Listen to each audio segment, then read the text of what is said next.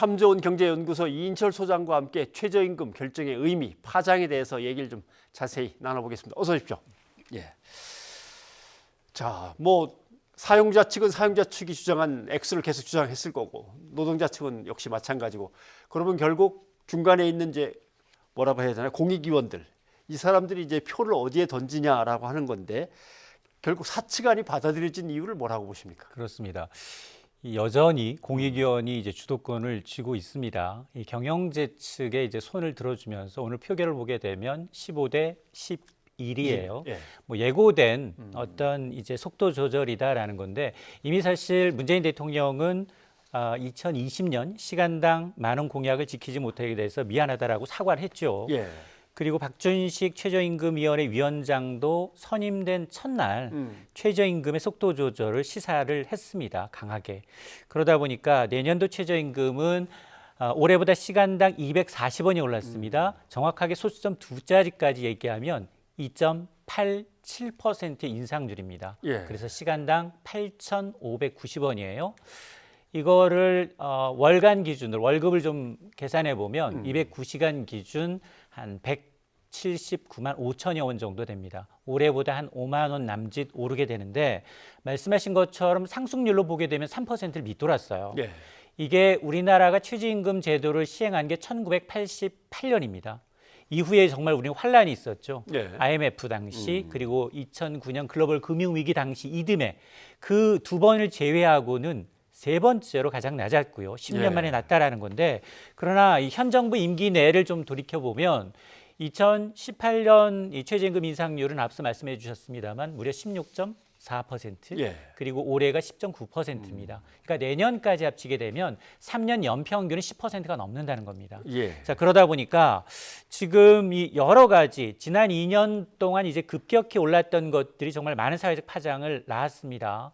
경기가 그다지 좋지 않은 상황에서 최저임금이 급격하게 오르면서 일단 일자리에 영향을 미쳤다라는 데 대해서는 부인하지는 않는 거고요. 예. 그리고 물가 수준, 내수 부진이라는 삼중고를 겪다 보니까 이번은 이런 경제 상황을 반영한 고육 지책이 아니었나라는데 근데 한 가지 의미가 있습니다. 예. 지금까지는 이렇게 최저임금위원회 노사정 대표 9명씩 27명이 전부 합의를 해서 투표로 표결한 적이 많지가 않아요. 아하. 예. 분명 이 정도였다면 지금 노동계 측은 이제 좀 문을 박차고 나왔을 수도 있는데 어쨌든 13시간에 걸친 장시간에 걸친 이제 마라톤 협의였지만 예. 일단 합의를 했다. 표결을 통해서 타협을 이뤘다라는 점에 대해서는 긍정적으로 평가가 됩니다. 그게 이제 정부 여당에서 얘기하는 민주적인 합의에 의해서 이루어진 거에 대해서 높이 평가한다는 그 대목이 되겠군요. 맞습니다. 예.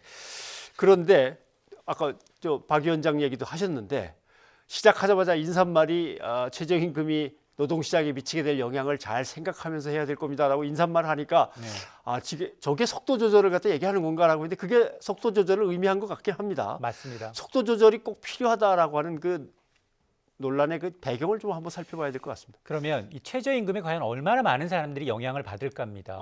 지금 최저임금을 내줘야 하는 소상공인이 600만 명이 넘고요. 예. 그리고 최저임금 내년입니다. 내년 기준 최저임금의 적용 대상이 되는 대상자가 최고 415만 명이거든요. 415만. 예. 예. 그러니까 600만 명이냐, 400만 명이냐. 이 한 사람은 줘야 되는 부분이고 한 사람은 받아야 되는 입장인데 예를 들어서 변 앵커님께서 자녀는 아르바이트 한다고 편의점에서 일하고 있고 예. 아니면 아버님은 자영업을 하고 계셔서 돈을 내줘야 되는 입장이에요. 내줘야 되는 어떤 입장이요. 편을 들겠습니까? 그래도 자식 편을 들겠죠. 참, 물은 어렵네요. 아래로 흐르나요? 예. 자, 어쨌든 이렇게 지금 우리나라의 경제 사정이 얼마나 안 좋길래 지금 3%를 밑도는 그런 이제 이 인상률을 과연 이 정부의 입장을 대변하는 공익위원들이 경영자의 손을 들어줬을까? 일단 지난 1분기 경제 성적표만을 놓고 보면 마이너스 0.4% 우리가 후퇴하고 있습니다. 그리고 특히나 이 변수 올해만 하더라도 G2 글로벌 G2의 무역 전쟁으로 인해서 우리가 수출이 좀 어렵지 않겠느냐라는 예상이었는데 예. 새로운 변수가 또 나타났습니다.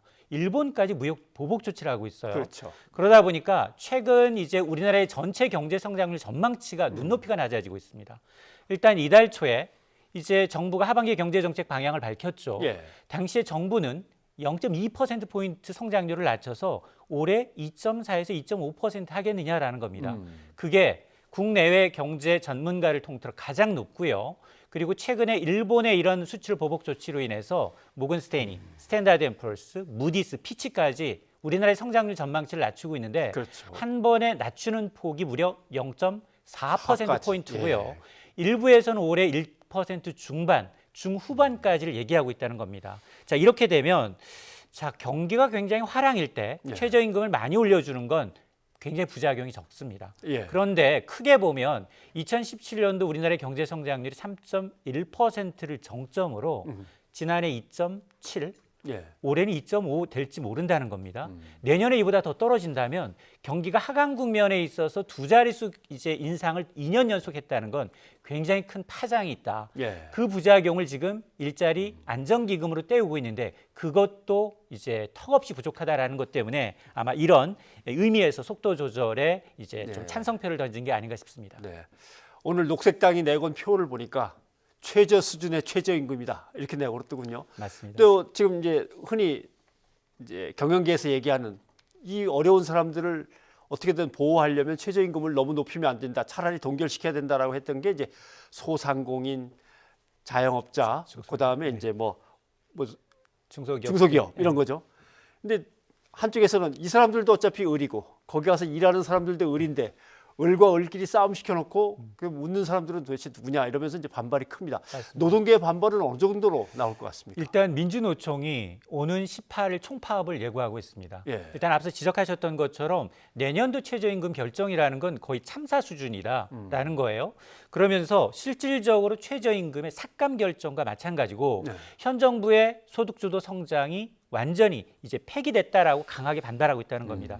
이대로라면 앞서 지적하셨던 것처럼 지금 2022년에 과연 시간당 10,000원은 달성 가능할까? 이게 좀 불투명하다는 겁니다. 만에 하나 내년 최저임금 8,590원 정확하게 이제 정해진 건 아니지만 이게 고지가 된다면 이걸 근거로 해서 마지막 임기년도 2022년까지 시간당 10,000원이 되기 위해서는 연평균 8% 넘게 올라야 합니다. 예. 그런데 앞으로 8% 넘게 내년, 후내년 결정이 되겠느냐? 이 부분에 대해서 여전히 의문을 제기하고 있고 때문에 노동계는 양극화 해소와 이 저임금 노동자들의 어떤 이 처지를 하나도 고려하지 않은 이 참담한 결과를 받아들일 수 없다라고 하면서 전면적인 집단 투쟁을 예고하고 있습니다. 네. 보시기에 OECD의 선진국들하고 비교하면 진짜 우리의 최저임금은 물론 노동 강도나 여러 가지 성격상 다르겠습니다만은 우리 최저임금 수준을 어떻게 보십니까? OECD 선진국에 우리를 거기 껴넣으면 예. 경제 규모상 우리는 그 문턱에 있습니다. 아. 이걸 단순 비교하는 건 굉장히 좀 어불성설이고요. 예. 그럼에도 불구하고 그 근거 자료, 예를 들어서 뭐 미국의 최저임금이 시간당 15달러더라. 그럼 우리가 18,000원, 2만 원을 맞출 수는 없거든요.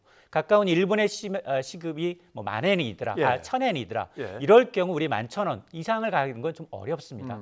그리고 이런 데이터 자료를 가지고 예를 들어서 경영계의 목소리를 대변하는 한국경영자총회협회는 우리가 OECD 기준 최고 수준이다. 예. 그리고 또 반면에 노동사회연구원, 노동계의 의사를 반영하는 노동사회연구원은 아니다. 잘못된 근거다라고 지금 옥신각신하고 있습니다. 제가 봤을 때는 한 중간 정도 수준이다라고 하는 건데요. 근데 문제는 뭐냐? 이번에도 역시 뭐 기승전 공익위원이에요. 그래서 지금 어떤 국회에서 논의가 이루어지고 있느냐, 이런 최저임금의 결정 구조를 좀 이원화해보자라는 안이 들어가 있거든요. 예. 최저임금법 개정안을 통해서 아예 최저임금의 구간을 먼저 정하고 그 구간 심의위원회의 결과를 최저임금위원회에서 다시 결정하는 구조로 간다라고 하는데 그렇다고 해서 과연 이게 뭐가 달라질 수 있겠느냐?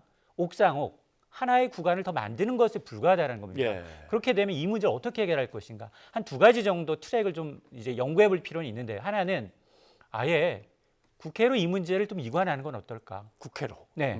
왜냐하면 지금 어차피 경제 성장률, 물가 수준, 그리고 환율이며 그리고 기본적인 최저 생계비가 나와 있습니다. 예. 그럼 그걸 상수 변수하는 거죠. 그래서 이제 자동으로 올리게끔 하고 대신에 이제 금융위기와 같은 이제 굉장히 이제 재해나 위기가 있을 경우에는 이제 기금을 넣어야 되고 그때는 어차피 돈 재정적 지원이 들어가야 하기 때문에 별도의 논의가 필요하지만 그런 방안이 하나가 있고요. 또 하나는 이걸 지자체를 맡기는 방법도 있어요. 예. 미국처럼 아예 지자체의 이런 임금위원회를 높여서 왜냐하면 지금도 사실은 2018년부터 이런 얘기가 꾸준히 나왔었거든요. 업종별, 지역별 차등화 방안 물론 반대했습니다. 정부가 반대했지만 지역별 이 사안을 고려해서 지자체로 이런 문제를 넘기는 것도 논의를 해야 될 시점이 아닌가라는 생각이 들고 물론 그 이면에는 지금 나오고 있는 일자리 안정기금의 이 재정적 뒷받침이 반드시 필요합니다. 네, 아무튼 몇 가지가 생각나는데 우선은 노측, 사측 그러니까 둘이 맞붙어서 늘 싸우게 되니까 중간에 이제 공익위원들이 결정하는데 그동안 노동자들이 너무 안 올라서 힘들었습니다라고 하면 한 두 번 크게 올렸다가 계속 이렇게 올리면 힘듭니다. 그러면 지난번에 한 두 번 올렸으니까 이번부터는 이제 이쪽으로 가볼까 하고 또 이쪽. 그러니까 정치적으로 이쪽 조금 하다가 이쪽 조금 하다가 이렇게 맞습니다. 균형을 맞추려고 하는 것 같습니다. 그거보다는 차라리 국회 또는 뭐 지방이면 지방 그것도 한번 논의를 해봐야 되겠군요. 근데 이제 정말 어려운 거는 최저임금에 기대 사는 노동자들은 요 돈 아니면 다른 데서 돈 들어올 건 하나도 없으니까. 맞습니다. 거기에서 복지제도라도 좀 확대가 됐으면 좋겠는데 복지제도는 또 국회에서 막혀 있으니까 그것도 좀 답답한 일이고. 아, 어렵습니다. 인철 소장님 오늘 고맙습니다.